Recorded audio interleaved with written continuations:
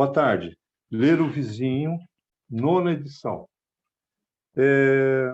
Então, do acervo dos escritores santistas, o programa Ler o Vizinho, acoplado ao prêmio dado ao projeto Desnudo Mar Selvagem, um romance, para dar presentificação e perenizar o espírito da lei, que é de inclusão, né? E fomento à cultura. Então, a gente está já no nono, Ler o Vizinho. O programa Ler o Vizinho é parte integrante do projeto Desnudo Mar Selvagem, contemplado pelo FACULT, que é o Fundo de Assistência à Cultura, em seu 8º concurso de apoio a projetos culturais independentes do município de Santos, e presentifica o espírito da lei ao perenizar a iniciativa premiada, aqui extensiva aos pares. Com histórias e personagens entrelaçados, estilhaços, memórias, sonhos antigos e paisagens que desapareceram, costura heterodoxa, profundos abismos de sonho do inconsciente. O caiçara pós-moderno, a figura do imigrante e a do caiçara, o centro do livro, dicção sutilmente parnasiana, misturando tempos e vozes com sua saga, caráter de manifesto atemporal de defesa da delicada fragilidade. Desloca para a zona da extrema solidão dos pedaços de um barco destroçado pelo furor de um mar chamado tempo. Esse é o prefácio do Marcelo Ariel da obra. Então, todo primeiro domingo do mês, na Pinacoteca Benedito Calixto, essa live é retransmitida, gravada no acervo, na plataforma Zoom, vai para outra deles lá. Bom, o 8º foi do Wilson, em 5 de setembro. Williams, você quer falar sobre a sua obra? Com prazer. Boa tarde a todo mundo aí, a todos vocês aí, tá? Saudades, na última edição não tive condições de estar presente com vocês, mas estamos aí mais uma vez nessa edição aí, né? O meu trabalho aí que é o Certas Coisas, esse livro aqui completou 5 anos agora, né? Publicado tem 5 anos. Eu estou finalizando um novo livro que, na verdade, ele já está pronto. Só estamos finalizando alguns outros detalhes, ver se até novembro a gente consegue lançar, que é o Maitá 933, que foi um dos textos que foi analisado na última edição, né? Que foi a Vingança, né? Que vocês fizeram uma resenha, um bate-papo em cima do texto, né? Que ele vai estar presente na próxima edição. Eu acredito que até novembro ele já deve estar na rua também. E nesse meio tempo eu publico algumas coisas na internet, mais no Facebook, algum blog que a gente tem aí, que eu tenho aí, mas basicamente é mais no Facebook, que eu tenho, às vezes, alguma ideia que surge, um conto do dia a dia, uma crônica, e faz um tempo que eu não escrevo mais, que eu não publico, mas é isso. Meu trabalho ultimamente tem se resumido a isso, né? Na verdade, trabalhando na edição do Maitá 933, que é o próximo livro, e publicando na internet. E agora, acho que com a abertura, a volta das atividades, os encontros agora, a gente vai voltar a participar dos eventos literários aí. E também, nesse meu tempo, eu participei do Cadernos Negros 42, né, que é um dos textos que vai estar presente no Maitá 933. É isso aí. Bom, então, seja bem-vindo, William. E o sétimo evento do Ler o Vizinho foi a morte do Homem Peixe, Maria José Goldschmidt, isso em 1º de agosto. O 6º foi o Gato Fantasma do Cemitério do Paquetá, do Dino Menezes, em 4 de julho, sempre o primeiro mês, né? Domingo de cada mês. O 5º, Ler o Vizinho, foi Sem Pressa, da Regina Alonso, em 6 de junho. O 4º foi O Bonde pelas Ruas e pelos Livros, do Alessandro Atanes, isso em 2 de maio. O 3º foi Prato de Entrada meu, Ricardo Rutilano Roque, em 4 de abril. O 2º foi Imagens Internas, da Valéria Florenzano, em 21 de março. Valéria, você está por aí? Você quer falar alguma coisa sobre a sua obra?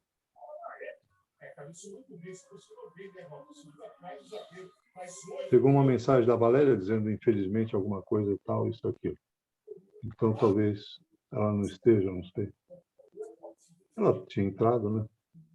E o primeiro foi Olhos, da Cíntia Panca, em 7 de março, foi o primeiro. Cíntia, você quer falar alguma coisa sobre a tua obra? Eu vou passar a palavra para a Valéria, que ela conseguiu conectar o áudio, e aí eu tomo a palavra na sequência, tudo bem? Legal, legal. Obrigada, Cíntia. Não, é só que esse conto ele ainda não foi publicado em livro, né? Mas eu recomendo a leitura do livro Diário da Formiga Jerusa, e o Imagens Internas foi um conto que eu já fiz há algum tempo, mas ele ainda não está publicado em livro. Legal. Eu recebi uma mensagem com um delay aqui do Facebook, dizendo, infelizmente, eu achei que você tivesse saído e a imagem não está em mosaico, eu não te localizei. Então, releva. Porque perdoar é divino, né? Então, não vou te exigir nada. Então, obrigado. Cíntia, primeiro ler o vizinho, Olhos. Você quer falar alguma coisa? Sim, mais uma vez agradecer a oportunidade de estar aqui participando de mais um Ler o Vizinho, o Ricardo Rutigliano Roque e outros autores e escritores santistas, junto à Pinacoteca Benedito Calixto, e dizer que esse conto, Olhos, também, ele ainda não faz parte de nenhum livro, ele foi escrito bem próximo, né, do convite para estar participando aí do Ler o Vizinho. Mas, enquanto isso, também, assim como a Valéria, eu recomendo a vocês, né, que leiam o livro de poesias de minha autoria, Infinitude do Ser, e o livro de contos infantos juvenis, Conto de Encantos, que também é composto aí por vários contos, alguns escritos durante a minha adolescência e outros escritos aí num período que eu estive em Portugal, né, e aí, enfim, com algumas memórias, né, que vieram à tona. Então, é isso, mas espero em breve também, aí, quem sabe, dentro de alguma lei de incentivo cultural, a gente publique um novo livro, né, e Olhos faça parte. Muito obrigada, passo a palavra e desfrutem dessa live de hoje. Oba, legal. Então, Valéria, você quer fazer o início da leitura da obra de hoje, que é o Homem? Não. Certo, vou iniciar então o texto de hoje. O homem, que tendo fome, quis comer. Mas enquanto lhe preparavam a comida, sobreveio-lhe um êxtase. E via o céu aberto e um objeto descendo, como se fosse um grande lençol, sendo baixado pelas 4 pontas sobre a terra, no qual havia de todos os quadrúpedes e répteis da terra e aves do céu. E uma voz lhe disse: Levanta-te, Pedro, mata e come. Mas Pedro respondeu: De modo nenhum, Senhor, porque nunca comi coisa alguma comum e imunda. Pela segunda vez ele falou a voz: Não chames tu comum ao que Deus purificou. Sucedeu isto por 3 vezes, e logo foi o objeto recolhido ao céu.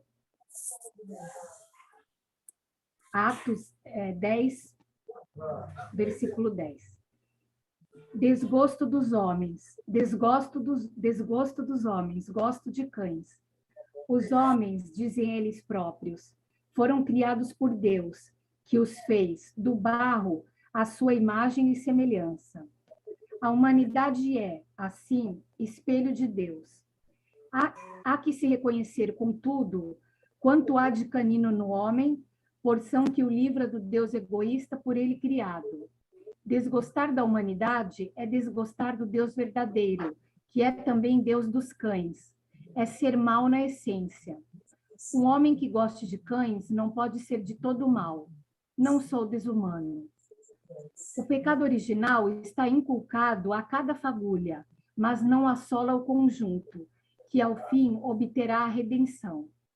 Deploro a banda podre do homem, mas sei do bem maior que é a salvação da humanidade. Não creio no homem, creio no bicho que há em cada homem, e creio, assim, em Deus. Como impõe a verdadeira amizade, fiquei até os últimos instantes com meu amigo. Héctor teve que ser sacrificado. Foi o melhor Cocker Spaniel do mundo. Acariciei-lhe a tábua do pescoço, enquanto Nilo, o veterinário, dava o diagnóstico. Ele colou o queixo na maca de inox e fitou-me com olhos ensanguentados, que nada mais viam, como me autorizando a assinar o termo de eutanásia. O procedimento foi indolor e acho que minha companhia nesta hora ajudou seu expirar a ser fluido e suave. Os cães são criaturas abençoadas. Podem se livrar da agonia lenta e infinda. A medicina humana condena o homem a uma pena, lutar enquanto haja vida. Nada de eutanásia. O homem se culpa. Gosto de cães. Disse que somos seus donos, mas eles é que são os nossos. Assim, possuí e fui propriedade de vários deles ao longo de minha vida, pedindo perdão a algum esquecido. Vou falar dos meus. O primeiro era um sabujo de 4 pernas, 4P, preguiçoso e venal. Era amigo de todos, desde que não se mexesse em sua comida. Feito o Carlos Melo. Reminiscência antiga.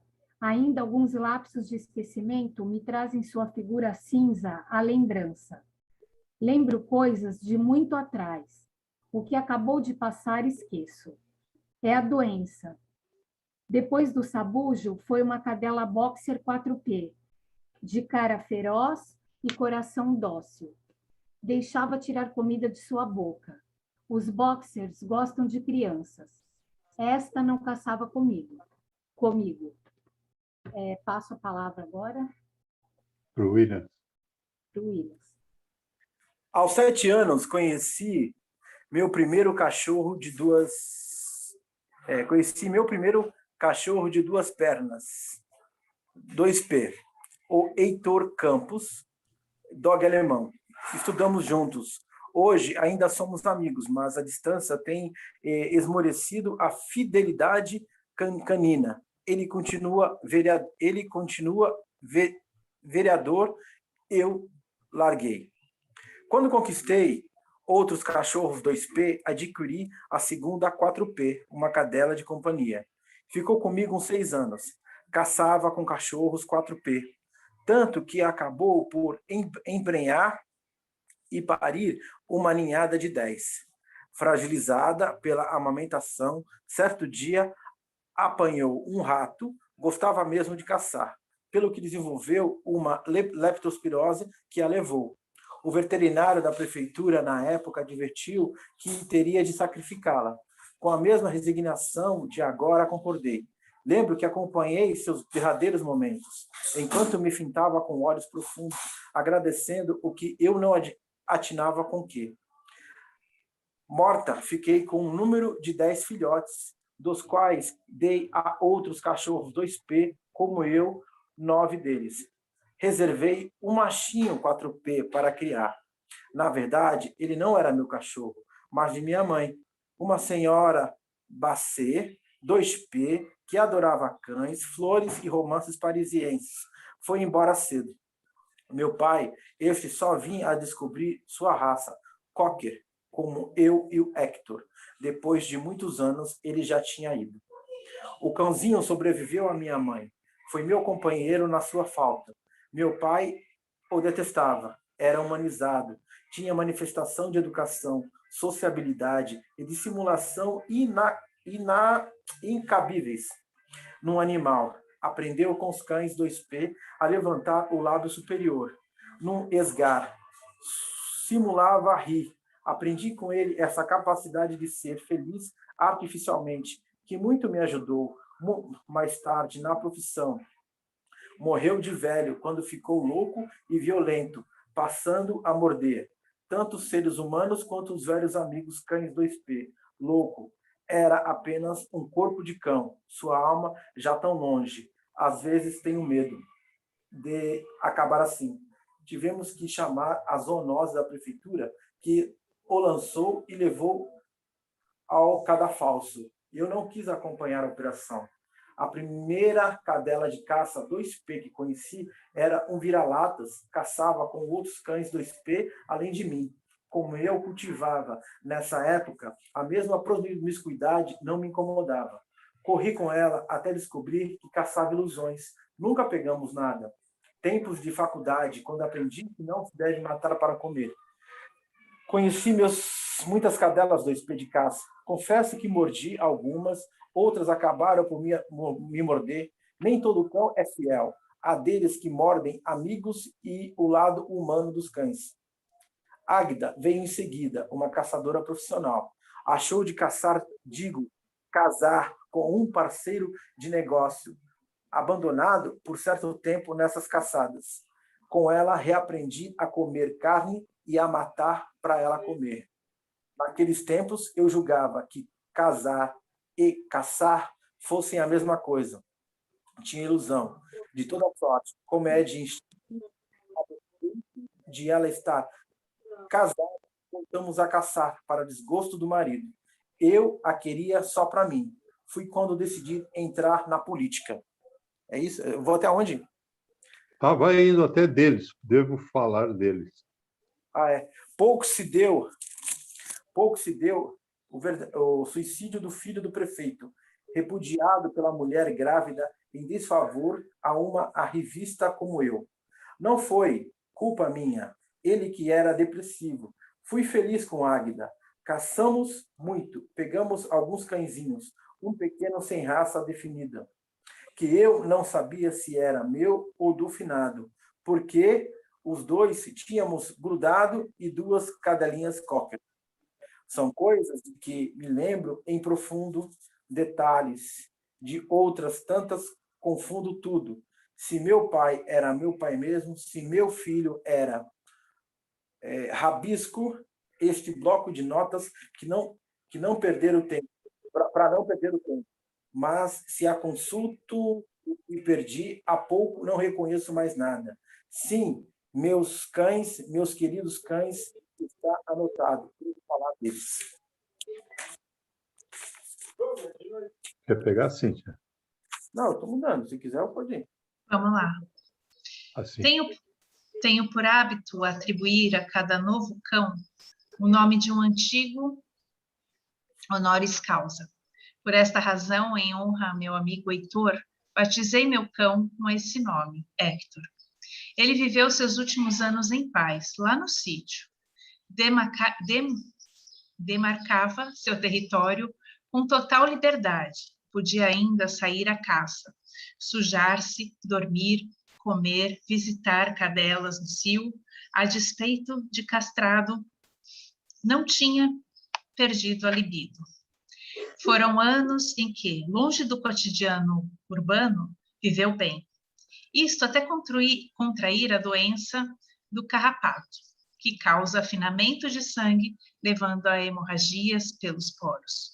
Quando cheguei no sítio, agonizava. Levei no Nilo, que medicou sem dar grandes esperanças. Hector era um cão resistente, recuperou-se bem. Duvidei que tão velho pudesse resistir, mas levantava-se e vinha cumprimentar, o coto balançando um rabo imaginário. Um dia fui chamado para acompanhar uma recaída da doença. Quando cheguei, não mais se sustinha. Tremiam-lhe as pernas e dos olhos estourados corria pus. Fui ao Nilo, sabendo que ele ficava por lá. O estouro dos globos oculares tinha sido provocado por uma bicheira. Larvas de mosca nos olhos, atraídas pelo cheiro do sangue seco. Estava sendo devorado pelos vermes antes da morte. Deixei que o libertasse.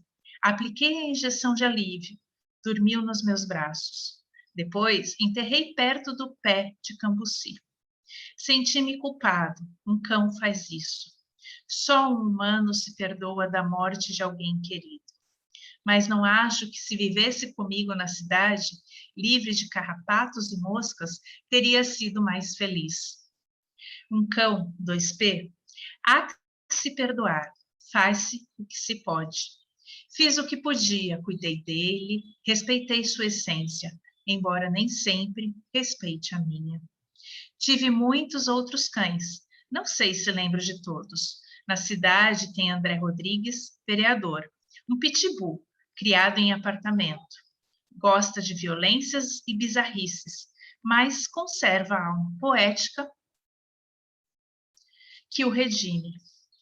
Tem Marcelo Onuki, um Akita, de modos reservados, mineiro, um vira-latas pragmático e engraçado. Sérgio da Vila Rica, um São Bernardo que vive sumido, mas aparece nas horas em que minha vida gela por demais, trazendo algum conhaque salvador. Cadelas 2P, há de caça e de companhia. É tênue por demais a linha que separa estas categorias, pois algumas de companhia seriam excelentes caçadoras. Só que a amizade é um valor maior.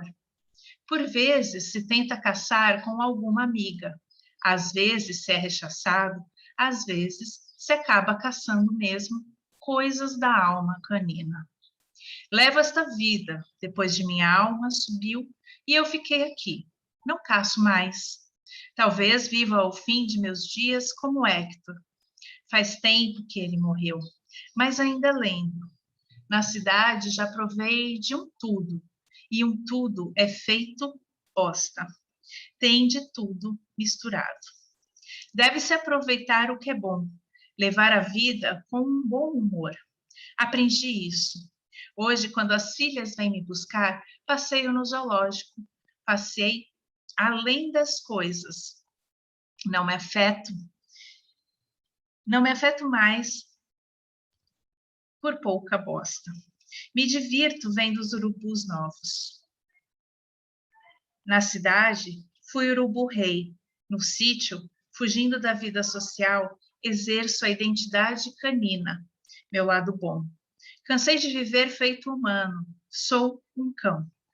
E no dia, é que às vezes dá uma fugida aqui a tela, e no dia em que a parca me visitar para cortar o derradeiro fio da vida, quero estar rodeado de meus cães, meus amigos, a quem pedirei perdão por minha vil humanidade.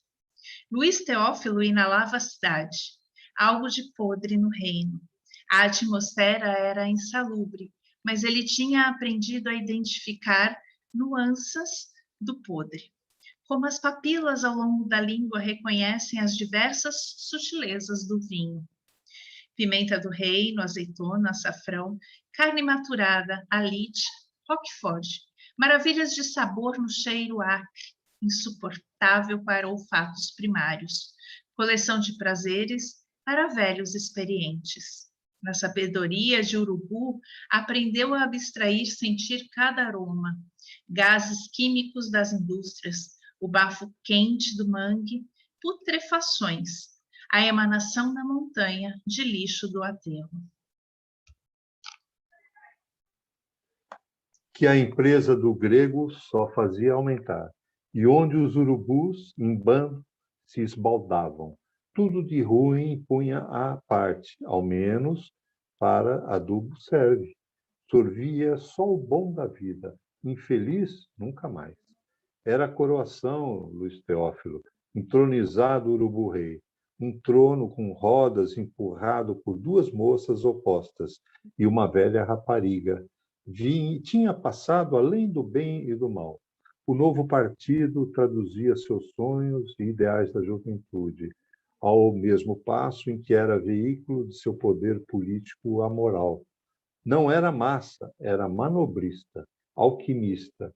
Seus atuais companheiros eram equivalentes aos do par de outrora.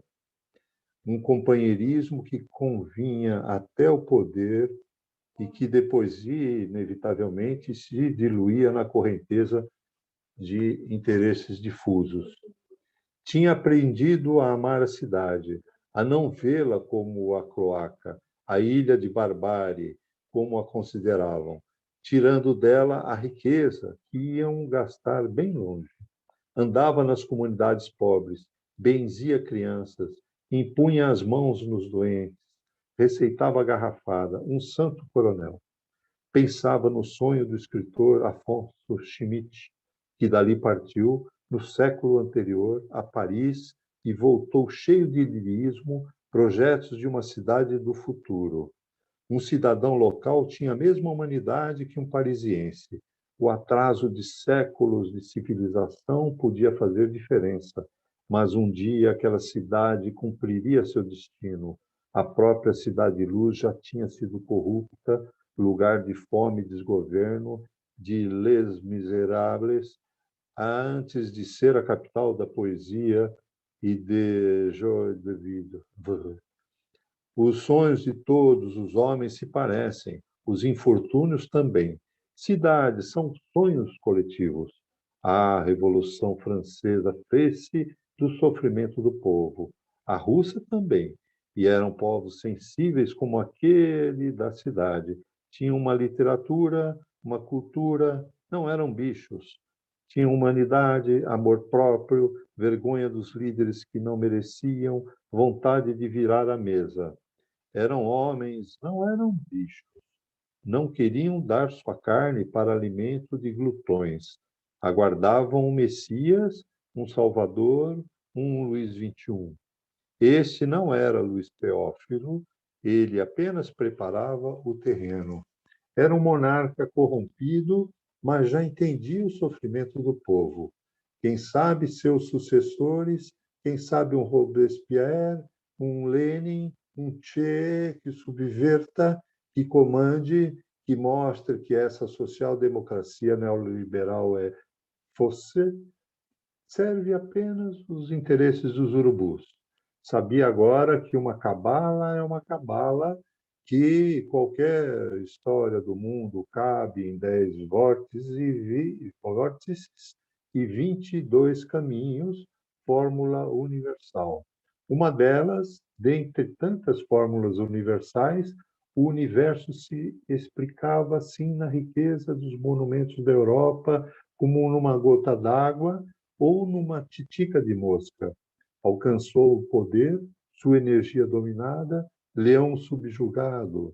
Não era mais refém do sexo, do ciúme, do medo, tinha transmutado tudo em amor, este o único poder.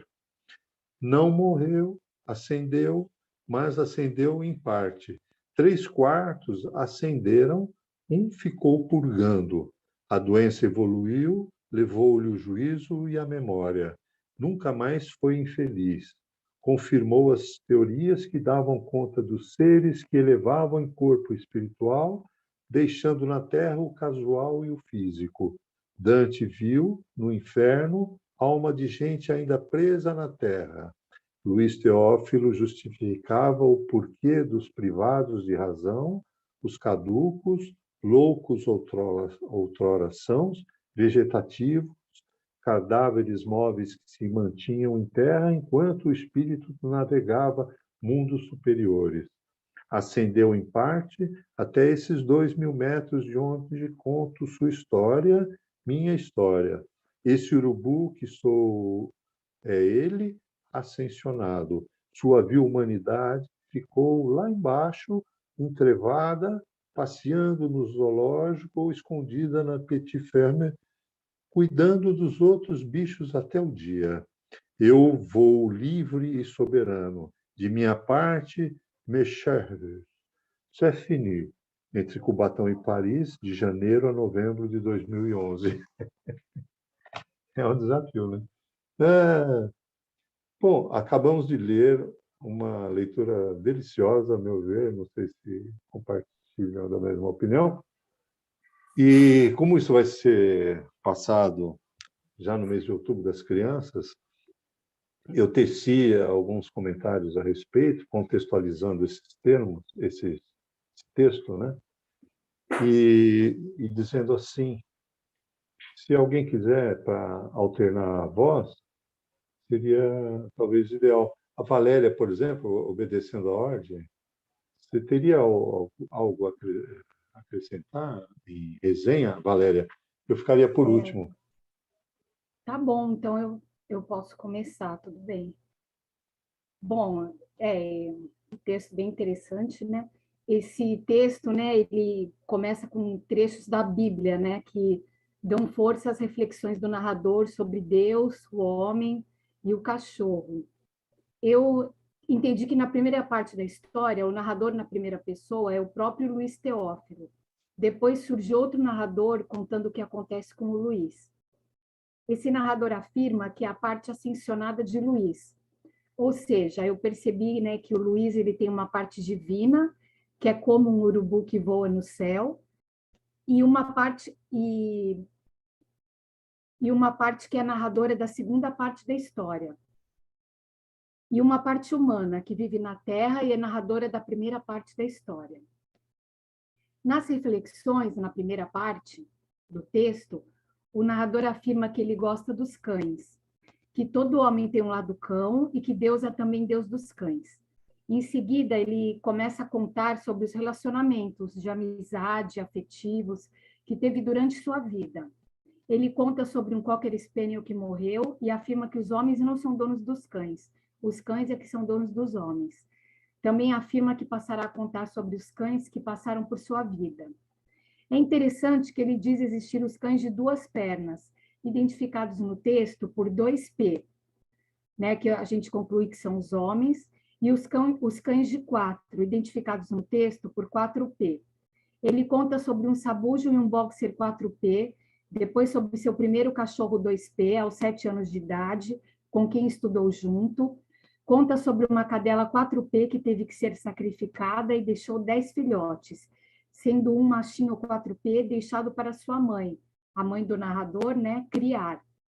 A mãe era uma senhora Bacê 2P que adorava cães, flores e romances. O pai do narrador não gostava do machinho, pois o achava humanizado. Depois ele conta sobre a primeira cadela de caça 2P que conheceu. E eu percebi que quando ele dizia que caçava com a cachorra, queria dizer que teve um relacionamento afetivo. Ele caça com a Águida, que era casada com outro homem. Enquanto conta sobre os cães 2P e 4P que passaram por sua vida, faz algumas reflexões, como quando diz que se sentiu culpado pela morte sofrida de um cão 4P que teve, mas concluiu que ele fez o que pôde pelo amigo. Achei interessante esse momento do texto, pois o narrador refere a si mesmo, assim como ele fez com a mãe, como um cão 2P, afirmando que um cão 2P tem que saber se perdoar. Achei que ele foi coerente com essa divisão que ele fez, né, de 2P e 4P. No final de seu texto, como narrador, ele deixou bastante claro que é um cão 2P, como quando afirmou que cansou de viver como um humano, pois é um cão e quer estar sempre rodeado de cães. Em vários momentos do texto, há bom humor, como quando ele diz que teve um cão vereador criado em apartamento que gosta de violências e bizarrices, mas conserva a alma poética que o redime. Depois vem a parte em que o lado divino de Luiz Teófilo fala sobre o lado humano, como quando ele afirma que este, no meio da podridão, conseguia viver só o lado bom da vida, que ele aprendera a amar, transmutando, transformando todas as coisas ruins da vida em amor. A parte humana de Luiz era um cadáver móvel na terra. A divina navegava nos mundos superiores. Era isso que eu tinha que falar sobre o texto. Então, agora eu passo a palavra. Não sei se para o Williams ou para a Cíntia, ou para o Ricardo. Bravo, Valéria. Obedecendo a ordem, William, você quer falar agora? Alternar a voz de uma soprano para um baixo? Beleza. Vamos lá. Cara, esse texto eu tive... Eu demorei um pouco para começar a ler esse texto, né? Eu imprimi ele, já está com ele impresso há alguns dias, mas eu só consegui pegar ele ontem para estudar, para dar uma lida nele, né? Mas o que eu achei legal do texto é que ele tem, parece que ele embora seja um conto, mas ele lembra um romance, né? Porque ele consegue ter tons de vários momentos contando uma história. a gente começando a ler começando lá, que ele faz referência a Atos 10:10, né, o livro da Bíblia lá, dá a impressão que vai começar a falar um texto que é um texto religioso, um texto moralista, mas ele consegue transformar aquilo de uma passagem importante lá de Atos, lá com Pedro, que Deus manda comer lá as criaturas consideradas imundas lá pelos judeus, e ao mesmo tempo ele mostra quanto que ele gosta do animal, de um animal, né? Ele fala um pouco da sua vida, ele lembra a época da faculdade, ele lembra... e no final ele faz a ideia daqueles romances parisienses, que o cara faz altas reflexões, altas digressões, assim, e termina com umas pitadas políticas, assim, né?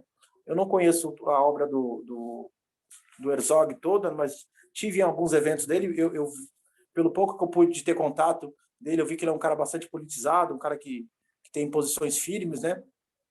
Mas o que eu gostei foi ele transformar num conto, dar aspectos do romance, né? Acho que é uma característica dos bons escritores, fazer em pequenas linhas, transformar em pouco tempo, transformar pequenas histórias em grandes histórias, né? Eu gostei dessa, digamos assim, dessa diversidade de vozes, diversidade de temas, e ao mesmo tempo ele soube amarrar muito bem uma coisa na outra, assim, foi um toque de mestre, assim, gostei bastante desse texto. Embora eu tenha começado a ler tarde, porque a correria do dia a dia não permitiu, mas foi bacana. É um dos escritores santistas que eu tenho vontade de conhecer mais profundamente a obra dele.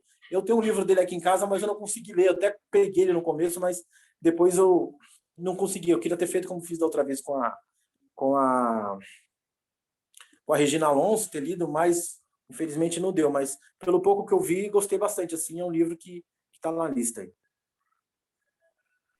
Então, como jornalista, a gente deveria, como fez agora, deixar o furo de reportagem para o William, né? Contar quem é o suspeito autor, né? Emanuel Herzog. Tá bom. Desculpa, legal. gente. Não, Desculpa, eu volte mesmo, parte, faço essas rateadas, sempre entrego antes da hora. É um furo de reportagem. Agora, Cíntia. Ô, Cíntia, quer falar? Valeu, obrigado. Opa, vamos lá. No meu ponto de vista, eu achei um texto intrigante, né? Ao mesmo tempo complexo, né? Até a gente conseguir acompanhar, né? Essa figuração que o autor traz entre os cachorros de 2P e 4P. Então, eu trago aqui que o meu pensar, né, o meu ponto de vista, de que dentro do texto do autor, né, parece evidente que nós, seres humanos, nos distinguimos, né, dos demais animais existentes. Afinal, somos racionais, mas nem sempre isso realmente acontece, né? Então, essa evidência pode proporcionar, né, vários caminhos investigativos para as ciências e para a filosofia. E aí eu digo que a literatura ela abre um espaço, né, para as ADES, que vem a irracionalidade e a criatividade sobre a ótica do autor. E aí, diante da reflexão, né, para esse nono ler vizinho, trazida por seus questionamentos aí direcionados aos jovens, que foi uma proposta que o Ricardo trouxe, o que me diz respeito, assim, dos jovens brasileiros, ao falarem da morte, né, em abandonarem o complexo vira-lata de Nelson Rodrigues, talvez, né, melhorar a autoestima diante do resto do mundo, o tira, no caso, o jovem, né, dessa condição de submissão de outra personagem aí, que acho que até o Ricardo vai mencionar, né, que é o Baleia de Vidas Secas, que também é um cão. E que bom seria, né, se na convivência com o seu cão, cada um com o seu, houvessem mais quincas, né, que é um outro cão aí trazido na literatura por Machado de Assis, e nascessem somente boas lembranças, Então, assim, uma outra reflexão trazida também pela leitura do texto, né? Essa questão da eutanásia para o renascimento de um novo ser, independente do número de patas, né? Leal aos seus princípios, objetivos, leal à comunicação interna e também à comunicação com os seus pares. Aceitando e se curvando, né, ao tempo de Deus, seja baleia ou quincas, reis e plebeus, mas sendo fortes e resilientes. A fidelidade, ela parece ser o traço comum desses cães, de onde o clichê, né, fidelidade canina, que parece um fato comprovado, mas ao mesmo tempo curioso e intrigante, né, como também a tradição põe aí cães e gatos, fixando nesses últimos a dissimulação e o desprendimento, e naqueles primeiros a atenção e o envolvimento. E aí eu trago um questionamento, né? Será possível? Então, novas realidades são criadas para manter-se viva uma rotina? Esperançosamente, nós humanos compensarmos seu início de vida não tão bom, fornecendo todo o amor do mundo? Então, eu trago essas reflexões em relação ao texto do autor, né? E, por fim, eu cito aqui Schopenhauer, né? Que dentro da filosofia ele questiona a moralidade de conveniência, qualificando essa reação como a voz da moralidade que surge docilmente a partir da compaixão, né? Quando nós voltamos o nosso olhar de seres humanos para os animais. É isso que eu tenho para compartilhar hoje. Então, eu trago mais questionamentos diante da complexidade aí desse texto, ao meu ponto de vista, intrigante. Passa a palavra. Legal, bravo. O pudor impõe cautela, pois havia percepção pessoal da preferência por jovens pelo tema morte, isto na vigência de distante proximidade, o que se encurta no contexto do Covid-19 pelo jornal, antes longínqua, essa proximidade, né, da morte, agora tão próxima, às vezes, né, se não cuidado. Até então, o cão era o agente de seu amadurecer do jovem, né? Isto no que tange a saudade de um personagem querido, o cão, em sua curta vida. Agora há o desaparecimento de outros personagens humanos de suas constelações familiar e vizinha, sem choro nem vela, pelo velório impossibilitado. O texto homem dá essa prerrogativa ao leitor quanto à noção de finitude, seja por eutanásia do cão, seja pelo fim de um relacionamento. Essa narrativa traz uma mensagem ética que transcende a moral regrada de vida pela arte, que dá a opção ao alter ego, que viceja enquanto seu ego se adequa ao tamanho da vida temporal. A vida de Baleia, que é uma cadela, é finda pela arma de Fabiano, em Vidas Secas, de Graciliano Ramos, que dá voz a seu cotidiano em telúrica existência. Terceirizar a eutanásia banaliza a morte, feita com as próprias mãos ou sob o olhar de seu dono, como na obra Os Bichos, do Manuel Herzog, torna o leitor cúmplice, diferente de simples testemunha. Não é preciso morrer para renascer para outra vida, basta vivenciá-la em literatura. Então, essa visão do jovem, que é um pouquinho depois da infância, né? Já que o mês de outubro é das crianças, e então eu já adianto um pouquinho, cronologicamente, a evocação que esse mês representa, né?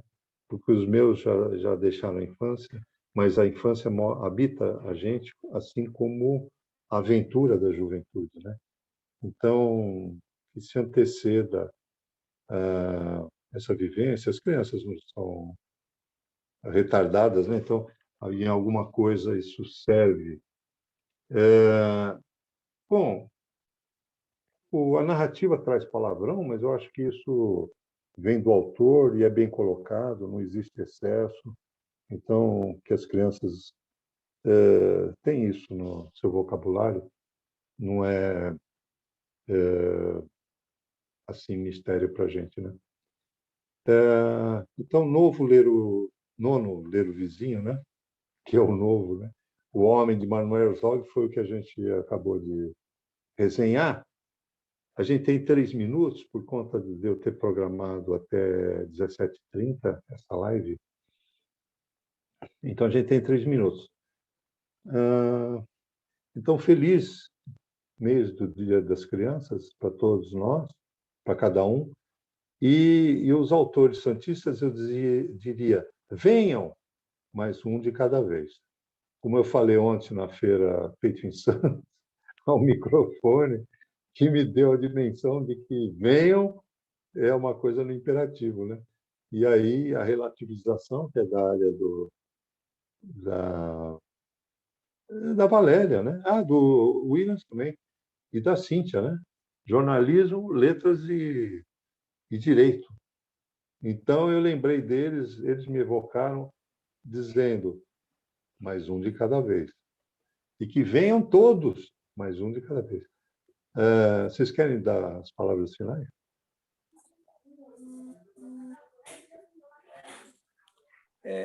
Posso falar? Sim. Sim. Então, eu ontem acabei passando lá na feira, te procurei ontem à tarde lá ontem lá eu não te achei lá, passei lá, estive ontem no centro de Santos, mas voltando ao tema em si, foi um texto bacana, né, de um autor aí santista aí, que a gente, mais um autor, grande autor santista, que tem aqui na Baixada aí, que está valendo a pena de ser estudado, e como eu já te falei, essa tua iniciativa está sendo bem brilhante de ter a oportunidade da gente conhecer o trabalho de muita gente. Acho que você deveria continuar com esse trabalho aí por longo tempo aí, cara. Então, a Valéria me substituiu lá generosamente por conta do aniversário do meu neto, de 18 anos, que vai mudar para o Chile. Então, estava aqui em casa e eu tinha acordado às 3h30 da manhã. Pouco precavido, né? E vim aqui. Eu sabia que eu ia dar uma cambalhota depois do almoço, né? Não ia conseguir voltar. E a carona da minha esposa seria um castigo para ela em meio à festa, né? Que é a visita do meu neto. Então, a Valéria generosamente estava lá, representando o coletivo, né? Valéria, obrigado. Quer falar alguma coisa, Valéria?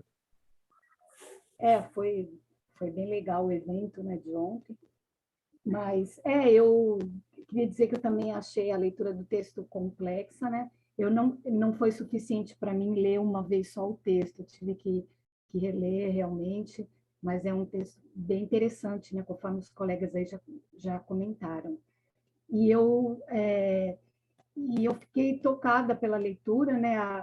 Ele quis mostrar que os homens têm um lado canino, né?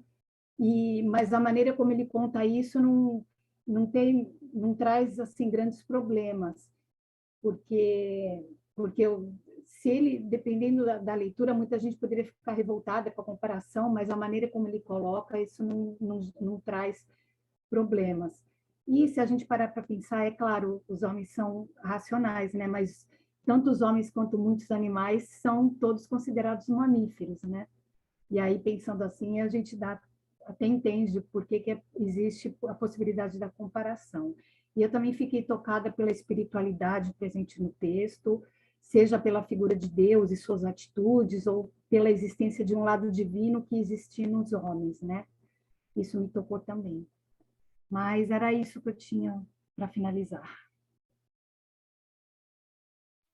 Legal, tua descrição foi belíssima. Cíntia, quer falar alguma coisa? Sim, sim. É sempre muito gratificante estar aqui, né? Ouvir também o ponto de vista dos colegas escritores. Gostei muito do que a Valéria trouxe, né? Essa questão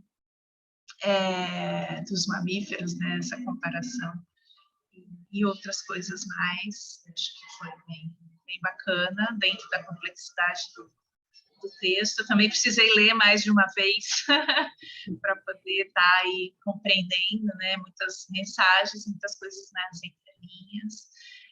Mas acho que é um exercício super válido para que a gente também saia da zona de conforto, né, daqueles textos mais fáceis, enfim.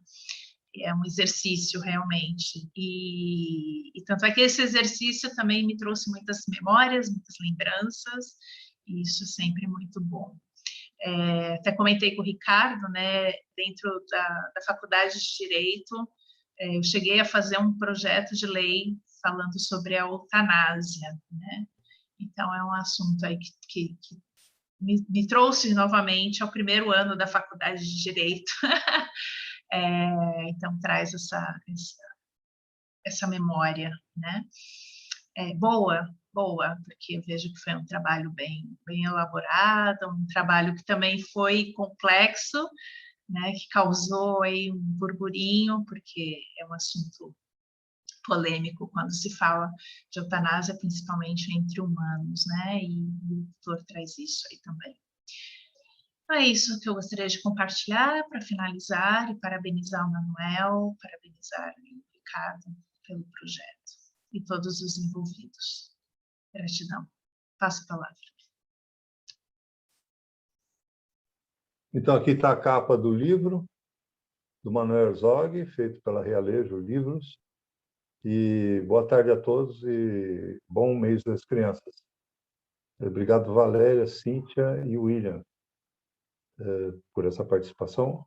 E que a gente encontre alguns comentários abaixo da live, quando for reproduzida pela Pinacoteca, e os questionamentos, né, que não serão poucos, né, como foram bastante para nós. Né?